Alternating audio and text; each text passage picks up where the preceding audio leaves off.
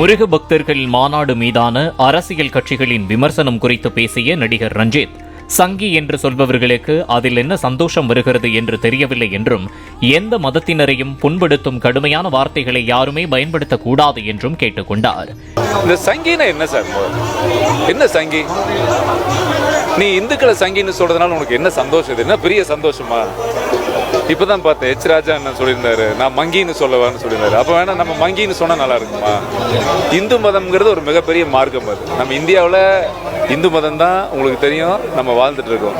So இந்த மதத்தை காயப்படுத்துறான்னு நினைச்சிட்டு இவங்க சொல்லக்கூடிய இந்த வார்த்தைகள் வந்து ரொம்ப கஷ்டமா இருந்தது. நான் கூட அந்த பேட்டியை பார்த்தேன். அவர் அப்படி சொல்லியிருக்க கூடாது. ஆக்சுவலா ஒரு இயக்குனர், அவருக்கு நல்ல பண்பானவர். எனக்கு அது எதுக்கு அப்படியெல்லாம் சொல்றாங்கன்னு தெரியல. இன்னொரு விஷயம் என்னன்னா, அவர் ஒரு மதத்தில் இருக்கார். எவ்வளவோ இத்தார் விருதுக்கு நானும் போயிருக்கேன், எவ்வளவோ புனித வெள்ளிக்கு நானும் போய் கலந்துருக்கேன். அவங்க மதம், அந்த மதத்தை நாம குறை சொல்வதோ அந்த மதத்துக்காக விஷயம் பேசுறது இல்லை. எல்லா அரசியல் தலைவர்களுமே ஒரு இஸ்லாமியர் இத்தார் விருது வந்ததுன்னா போய் தலையில குல்லா வச்சுக்கிட்டு உட்காந்து சாமி கும்பிடலையா?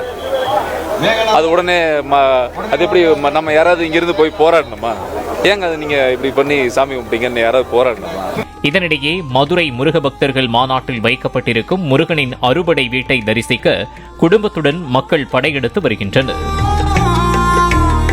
பிளே ஸ்டோர் மற்றும் ஆப் ஸ்டோரில் இருந்து பாலிமர் செயலியை QR கோடு மூலம் பதிவிறக்கம் செய்யுங்கள். செய்திகளை உடனுக்குடன் பெறுங்கள்.